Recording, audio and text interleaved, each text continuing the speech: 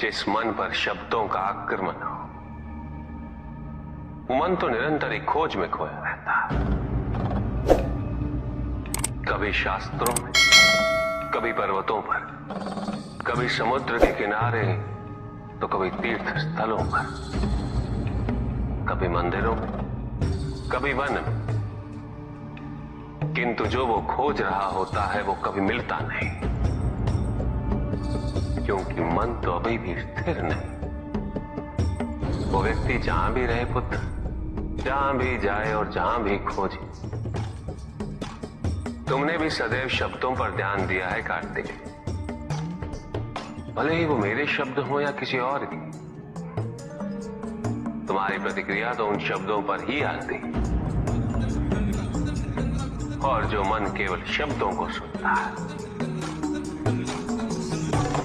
वो उसके निहित अर्थ से स्वयं वंचित रह जाता। शब्दों की सत्यता को समझने के लिए, उनकी अनुभूति के लिए मन में शांति के साथ साथ रिक्तता भी अनिवार्य है, शून्यता भी अनिवार्य है। मन में इतना स्थान होना चाहिए पुत्र कि वो शब्दों के परे पहुंचने की यात्रा कर सके। किंतु मन कभी शून्य नहीं रहता, रिक्त नहीं रहता। वो सोचता है कि शब्दों का आधिक्य ही ज्ञान अर्जन है, शब्दों से ही ज्ञान है, इसलिए शब्दों का संचय करता रहता है। मन ये नहीं जानता कि परम ज्ञान तो शब्द अतीत है, एक अनुभूति जिसे शब्दों से बांधना असंभव है।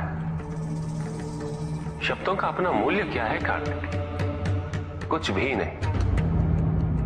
जब भी कोई ईश्वर का नाम लेता है तो क्या ईश्वर मात्र एक शब्द में ही सीमित हो जाते? नहीं, यहां शब्द सत्य नहीं, सत्य है वो अनुभूति जो इन शब्दों में विद्यमान है।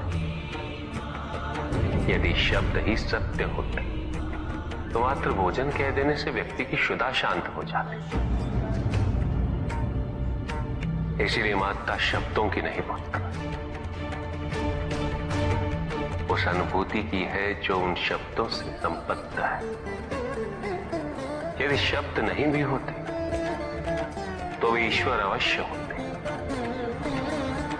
यदि शब्द नहीं भी होते तो सुख और दुख की अनुभूति अवश्य होती,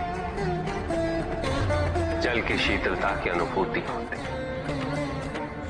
सूर्य की ऊष्मा और चंद्र की शीतलता की अनुभूति होती, प्रेम की अनुभूति होती। किंतु यदि अनुभूतियां ना हो तो शब्द निरर्थक है। शब्दों से तृप्त हो जाना ज्ञान का अंत है, अज्ञानता का प्रारंभ है। ज्ञानी वही है जिसके पास अनुभूतियां, अनुभव हो, और उसके लिए मन को शांत व रिक्त तो करना ही पड़ेगा पुत्र।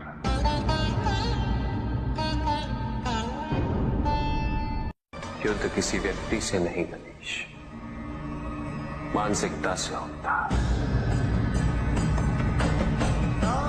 युद्ध में संघर्ष अच्छाई या बुराई का नहीं होता,